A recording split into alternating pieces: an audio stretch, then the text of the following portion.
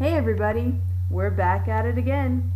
For those of you who are new to our Periwinkle projects, I'm Kimmy. And I'm Danny, and today we're going to talk about some of the common childhood diseases. And illnesses.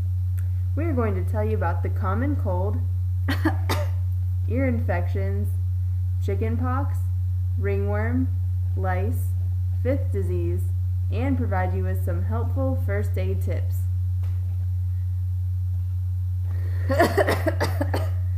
Sounds like you may be getting some symptoms of the common cold, Danny. The common cold is the most frequently occurring illness in the world. Children typically have colds 2 to 4 times per year. Symptoms include a stuffy nose, a sore throat, sneezing, and a fever or headache. Usually people feel tired and achy all over. The symptoms may last from 3 to up to 10 days. The common cold occurs so frequently because it is spread by hand-to-hand contact and on contaminated surfaces. Unfortunately, there is no real cure for the common cold. Some things that may help, though, include getting plenty of rest and drinking lots of fluids. Some over-the-counter drugs may be able to help with coughing and other symptoms. However, antibiotics do not help with the common cold. Antibiotics are only effective for illnesses caused by bacteria. The common cold is caused by viruses. Well, then after the show, I better make sure to get a lot of rest. Something that you might get if you have a cold is an ear infection. Ear infections are quite common in children and adults. Ear infections are caused by an inflammation of the middle ear. They are often caused by sore throats or colds that spread to the ear. Some symptoms of ear infections in children include ear pain, tugging on the ears, or a fever.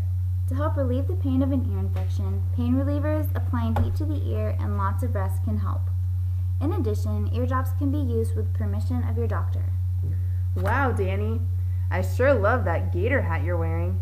Can I try it on? No way, Kimmy.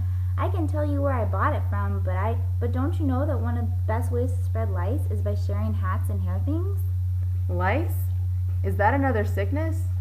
Actually, lice are little tiny bugs that like to live in hair. They are parasites, so they suck our blood for food, which makes our heads really itchy. They reproduce very quickly and can spread to other people very easily, so that's why it's so important to do lice checks to take care of the problem right away. Bugs in my hair? That's really nasty. What can you do if you get lice? There are special shampoos your parents can buy at the store that kill lice, but it also helps to have your hair brushed with a special fine-tooth comb to pull the bugs and eggs out of your hair. Okay, well, what do I do if I don't want to get lice? It's always good to use your own hairbrushes and ties, and try not to share hats or other things that touch your head. Regular lice checks are also a good idea so lice doesn't have the chance to spread. What can you tell me about chickenpox, Kimmy? I know I had it when I was younger, but I don't know why I got it.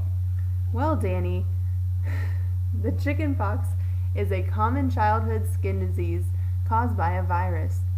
Children ages 5 to 9 get chickenpox most frequently, and most people have chickenpox before they're 15. Chickenpox is highly contagious, especially in elementary school classrooms. Symptoms of chickenpox tend to show 14 to 16 days after exposure to the virus. Usually a person will have 2 days of a fever before getting the chickenpox rash. The rash starts in the scalp, then spreads to the rest of your body. The rash is very itchy. Oh, trust me, I remember being itchy all over. Well, to help with the itching, Danny, you can take oatmeal baths, apply soothing lotions, and take Benadryl. I wonder why they call it chickenpox. Those spots sure don't look like the chickens we saw on our field trip to the zoo. Kimmy, do you remember that big fat chicken that was eating all the corn? Actually, no. I was really sick that week, so I had to stay home. Oh yeah, what did you have again? Third virus? Close, Danny. It's called fifth disease, and it's actually very common in kids from 5 to 14 years old. I didn't know that. What happens when you have fifth disease? You sure did miss a lot of school that week. Well, at first it feels like you have a cold and you get a sore throat, runny nose, and your whole body hurts. Sometimes you can get a fever, but Mom said I didn't. The worst thing about being sick with Fifth disease is that you get this big red itchy rash all over your body and a red mark on your face that looks like someone slapped you really hard. That's why some people call it slapped cheek syndrome. How did you get it? Fifth disease is usually spread by spit droplets from sneezes and coughs, but sometimes you can get it from touching contaminated mucus or blood. Gross. Now I have a question for you, Danny. Have you heard of ringworm? Is it really caused by worms? No, Kimmy. Ringworm is actually caused by fungus on your skin. Ringworms are contagious. They spread from skin to skin contact. They usually grow in warm, moist areas. They can spread through towels, clothing, and sports gear. Ringworm causes an itchy rash on your skin. It is sometimes in the shape of a ring. Ringworm can also be treated at home with creams that can be bought at your local drugstore. I guess I need to make sure I don't share sports gear and that I stay nice and clean. That's a good idea, Kimmy. Hey Kimmy, want to see my sweet scab? I fell off my bike last week and it is huge. Wow, that is huge. I bet it hurt. What did your mom say?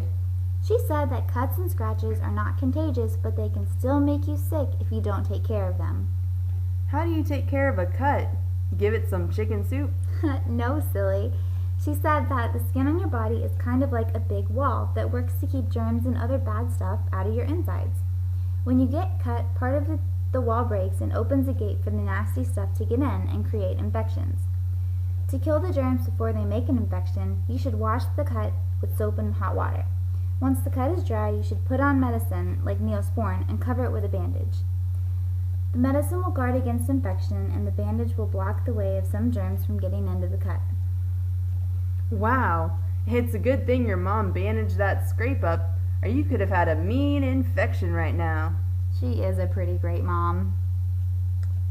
Well, that's all for today. I'm Danny. And I'm Kimmy.